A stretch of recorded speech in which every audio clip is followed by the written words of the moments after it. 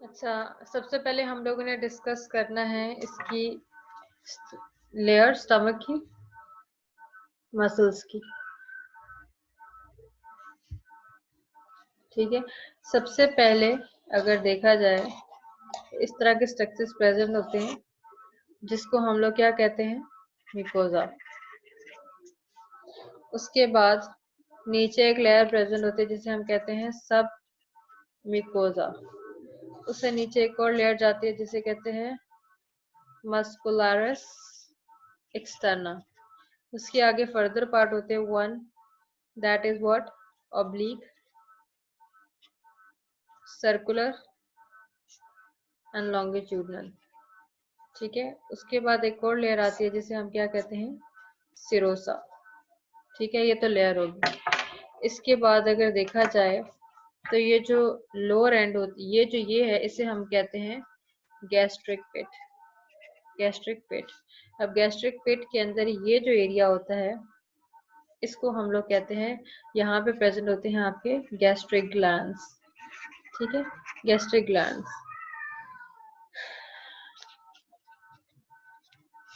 अच्छा, gastric glands present होते हैं।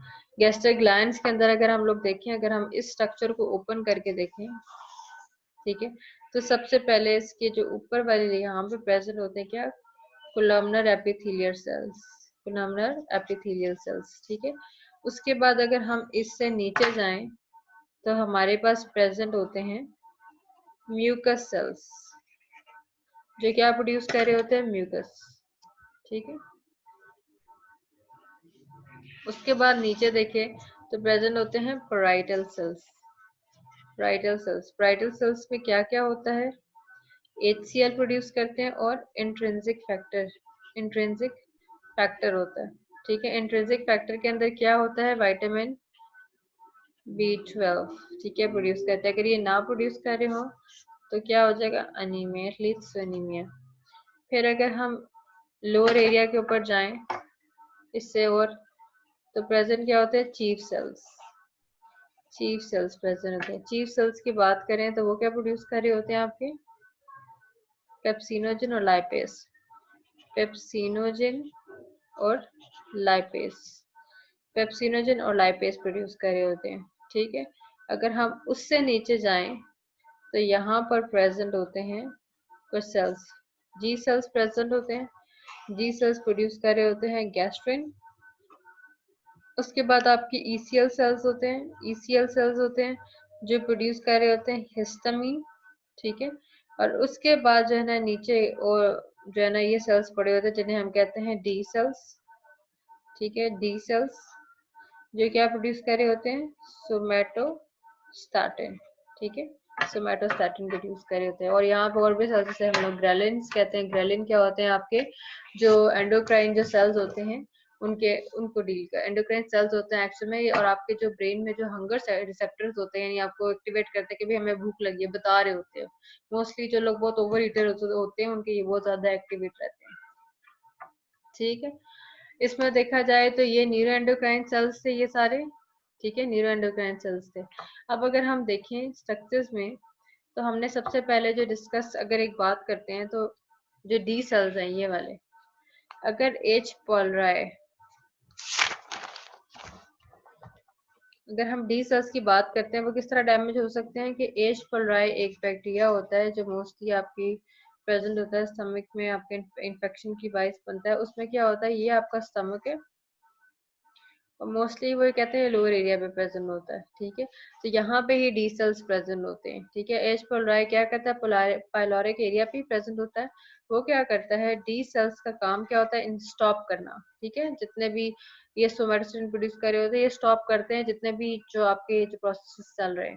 अगर ये इन प्रोसेसेस को इनहिबिट नहीं कर रहा, कोई इनहिबिशन नहीं जा रही, इनहिबिशन नहीं हो रही, तो क्या होगा, इन रिटर्न ओवर प्रोडक्शन होगी किसकी, एसिड्स की। ओवर प्रोडक्शन ग्लांस करेंगे। ठीक है, और उससे क्या होगा, एसिड इंक्रीज होगा। इंक्रीज किस में होगा, एसिड्स के अंदर। ठीक है, जब इंक्रीज एसिड होगा तो ऑब्वियस बात है कि आपकी स्टमक की लाइनिंग को डैमेज कर सकता है।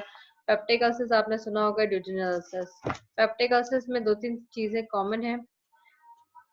अगर आपने फूड खाया, ठीक है, ईटिंग से ताल्लुक है इसका, दो एक मेन पॉइंट है, वो ये ज़हन में रखना, खाने से अगर वर्सन हो रहा है पेन तो that is what, gastric ulcers. ठीक है, गैस्ट्रिक या फिर पेप्टिक अल्सर्स, एक ही बात। ठीक है, और अगर खाने से पेन आपका इम्प्रूव हो रहा है, यानी दर्द कम हो रहा है या जो डिस्कम्फर्ट है वो कम हो रहा है, तो दैट इज डियोडनल अल्सर्स। ठीक है, अगर हम सबसे पहले बात करते हैं, आपको एक पता होना चाहिए, हमारी यही वाली जो हमने बात की थी, मेकोजा होती है सबसे पहले ऊपर। ठीक है, मेकोजा जो हमारे म्यूकस प्रोड्यूस कर रहा होता है, और बाइकार्बोनेट्स, ये दोनों क्या करते हैं, ये न्यूट्रलाइज करते हैं किसको, एसिड्स को। ठीक है, ये होना, इनको न्यूट्रलाइज करना जरूरी है। अगर एसिड किसी भी रीजन की वजह से ज्यादा प्रोड्यूस हो रहा है, उसमें काफी सारे रीजन हो सकते हैं, उस रीजन के अंदर अगर हम देखें तो आपकी प्रोटेक्टिव लेयर जो है ना वो डैमेज हो सकती है। प्रोटेक्टिव लेयर डैमेज होने की कौन कौन सी वजह हो सकती है, ब्रोकन किससे हो सकती है, मेडिसिन से। उनमें कौन कौन सी मेडिसिन आ सकती हैं, जिस तरह अगर आप एग्जांपल ले लो, सिर्फ स्टीरॉइड आ गई, नसेज आ गई, आपकी पेन किलर जितने भी आ गई, एच पॉलराई या एच पॉलराई जो आपका बैक्टीरिया आ गया। ठीक है, उसकी वजह से। और क्या रीजन हो सकती हैं, आपका स्टमक का एसिड इंक्रीज हो गया। ठीक है, किसी भी रीजन की वजह से। स्ट्रेस फैक्टर है, स्ट्रेस एक बहुत बड़ा फैक्टर है, जिसको स्टमक इश्यूज रहते, स्ट्रेस वालों को भी स्टमक इश्यूज रहते हैं। ठीक है, और क्या हो सकता है, अल्कोहल जो लेते हैं उनको हो सकता है, कैफीन इनटेक वाले लोगों को हो सकता है। ठीक है, और किसको होगा, स्मोकिंग।